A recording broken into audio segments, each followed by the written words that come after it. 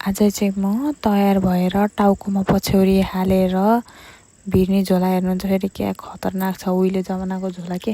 आजभोलि त त्यति खासै बोक्दैनन् नि त यो हाम्रो गाउँघरतिर त बोक्छन्। अनि म पनि बोकेर नाच्दै यस्तो पारामा गीत बजाउँदै हिँड्दै थियौँ कि पानी खाने ठाउँमा पुग्यो। पानी खाने ठाउँमा पुगेपछि चाहिँ त्यसपछि चाहिँ पानी सानी भरेर हामी फेरि अनि मलाई त्यतिखेर लागेको थियो कि अनि यो गाभाको पातमा पानी निकालेर खाएको त क्या स्वादै छुट्यो हुन्छ है फेरि मूलको पानीको त भन्दै हिँड्यो। हिँड्दा त हामी त जङ्गलमा पनि पुगेर न्युरो टिप्नु थालेको है। फेरि न्युरो काट्ने न्युरो हो यो चाहिँ अनि औषधि नै हुन्छ अरे कि फेरि।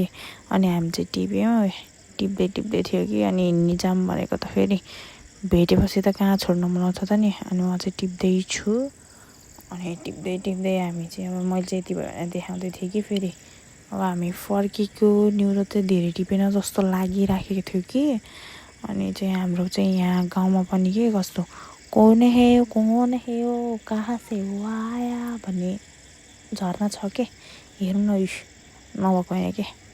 हजुरहरूले पनि सानोमा त खानुभएको थियो होला है यो अँगेरी भन्छ के हाम्रोतिर हजुरकोतिर के भन्छ यी कालो त्यस्तै हुन्छ मान्छे नि त्यस्तै जिउरो नि त्यस्तै देखिन्छ क्या।